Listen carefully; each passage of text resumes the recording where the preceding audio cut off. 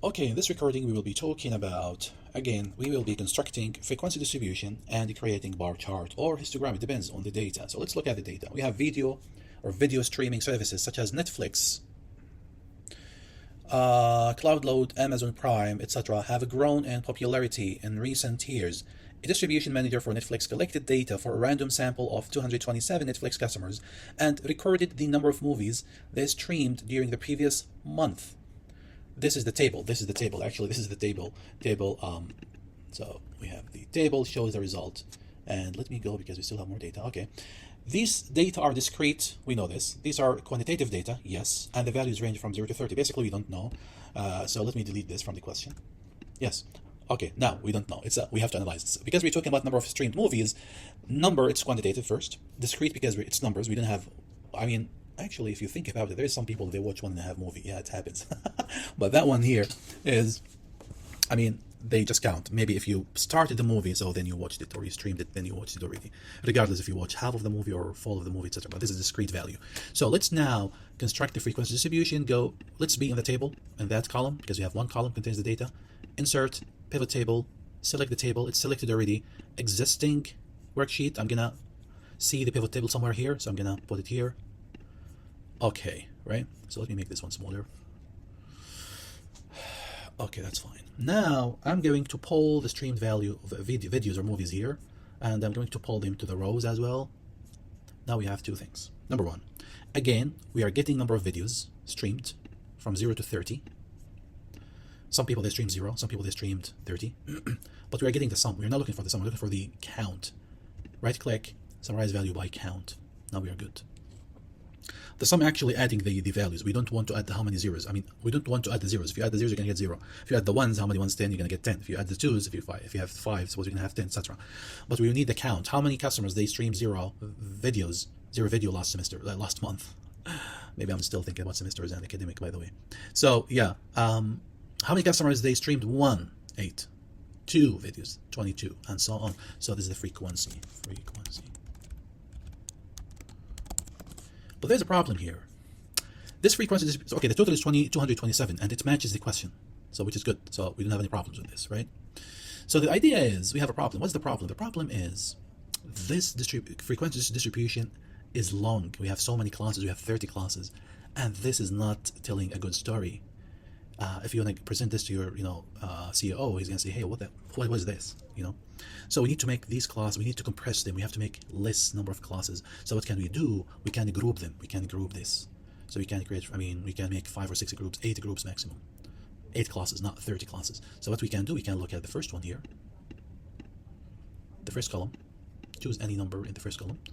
I don't know why, there's something wrong by the way here. Right click, group. Starting point at the group is the 0, ending point is 30, that's fine. So by how many we have to jump? 10, 5, 6? This is up to you. I don't want to give you any formula here. Let your data make sense. So maybe 5, try 5. So you have 2, 4, 6 categories. Maybe this is good. If you'd like to change the number of categories, change the spaces, like not between 0 and 4, we can make them jumping by not 5, maybe 6 or 7. We have smaller number of groups. So it depends on the context. Which group you care about, basically. So as I said, it depends on the scenario. So I'm going to make it, let's say 5. So this is the frequency, and this is number of streamed videos. I'm going to go to home, wrap this again. I like to organize the table in the middle. That's fine.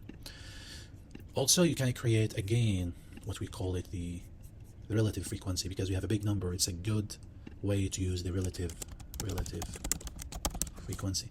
The relative frequency, we can say we are giving already the count now, the same count, but I want to present this using the percentages of the column total. So most of the people, they streamed between 0 to 4 videos last month.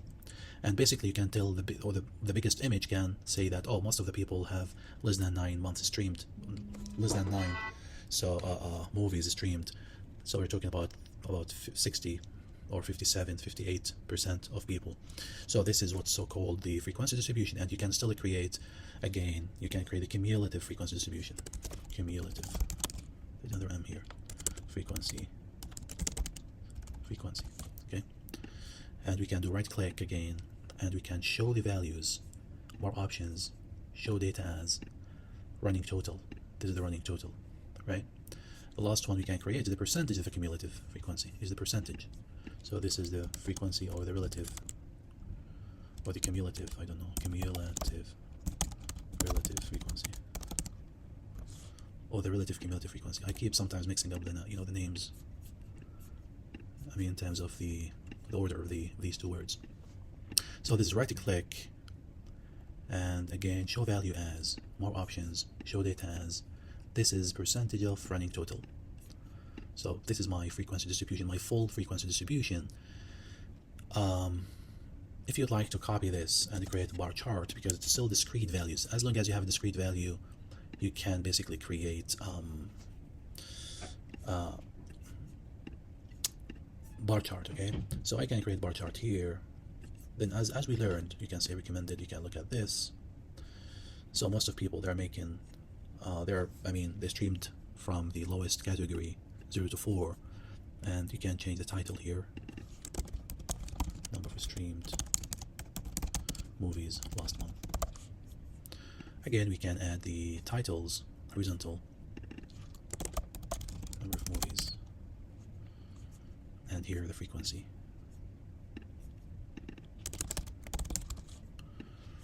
You can play with the gap, select the table, select the columns or the bars, then look at the gap. You can make it kind of more width. Also, you can play with other features, colors, the numbers. We have the frequency, the maximum we have, this one, etc. You can copy and paste and create the relative frequency or the cumulative frequency or the relative cumulative. It depends on what you're looking for. So this is what we call the bar chart for the frequency distribution. Okay.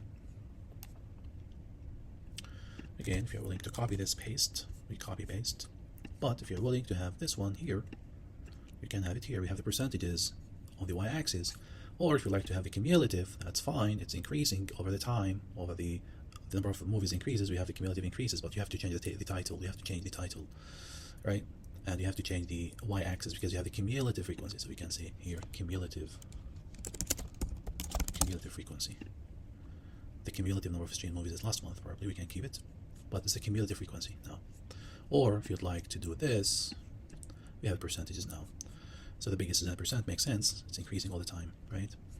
Chart design, you can choose one of the designs.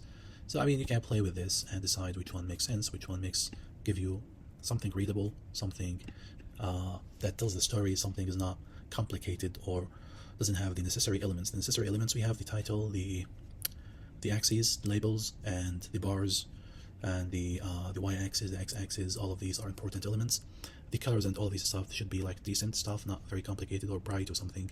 Yeah, just make it simple. Keep it silly, simple. So in this one, what did we do differently is we grouped the data because we have so many classes. So now it tells the story in a better way, right? So that's why we grouped the data, and we created frequency distribution, and we created the bar chart. Thank you.